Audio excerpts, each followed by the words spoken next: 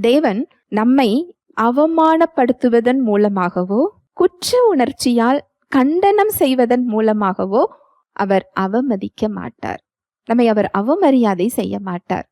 தேவ அன்பை நீங்க புரிந்து கொண்டீங்க அப்படின்னு சொன்னா அவர் மேல பழி போடுறதை விட்டுட்டு எப்படி தேவனை சார்ந்து கொள்ள வேண்டும் என்பதை நம்ம கற்றுக்கொள்ள முடியும். தேவன் நம்மை அவமானப்படுத்துவதன் மூலமாகவோ குற்ற உணர்ச்சியால் இதை நீ செஞ்சிட்ட, உனக்கு இதுல மீட்பு கிடையாது, உனக்கு இதுல வழி கிடையாது, நீ பாவியா இருக்கிற, இந்த பெரிய தவறை செஞ்சிட்ட.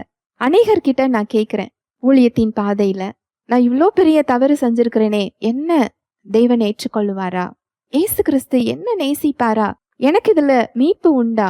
எனக்கு இதுல ஒரு வழி உண்டா? அப்படின்னு சொல்லி அவங்க ஏங்கி நிற்கிறத நான் பாக்குறேன். உண்மை என்ன அப்படின்னா, பிணியாளிகளுக்கு வைத்தியன் தேவையே அன்றி நல்லா இருக்கிறவங்களுக்கு வைத்தியன் தேவையில்லை. அது போல தேவன் பாவிகளாகிய நம்மை ரட்சிக்க வந்தார். ஏசு கிறிஸ்து வந்ததோட நோக்கம் அதுதான். நம்முடைய சொந்த குற்ற செயல்கள் நம்மை குற்றவாளியாக்கி கொண்டிருக்கிறது.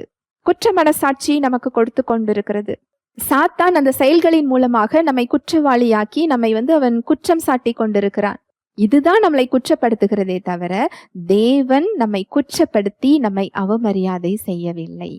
தேவன் எப்பொழுதுமே நம்மை உயர்த்துவதற்காக காத்து கொண்டிருக்கிறார், நம்மை பாதுகாக்க காத்து கொண்டிருக்கிறார், நம் சார்பில் செயல்பட காத்து கொண்டிருக்கிறார். எந்த சூழ்நிலையாக இருந்தாலும் நாம் அவரை பற்றி பிடிக்கும் போது அந்த சூழ்நிலையை நமக்கு நன்மைக்கு ஏதுவாக மாற்ற காத்து கொண்டிருக்கிறார். கிறிஸ்துவை போல உருமாற்ற நமக்குள் தொடர்ந்து செயல்பட அவர் காத்து கொண்டிருக்கிறார்.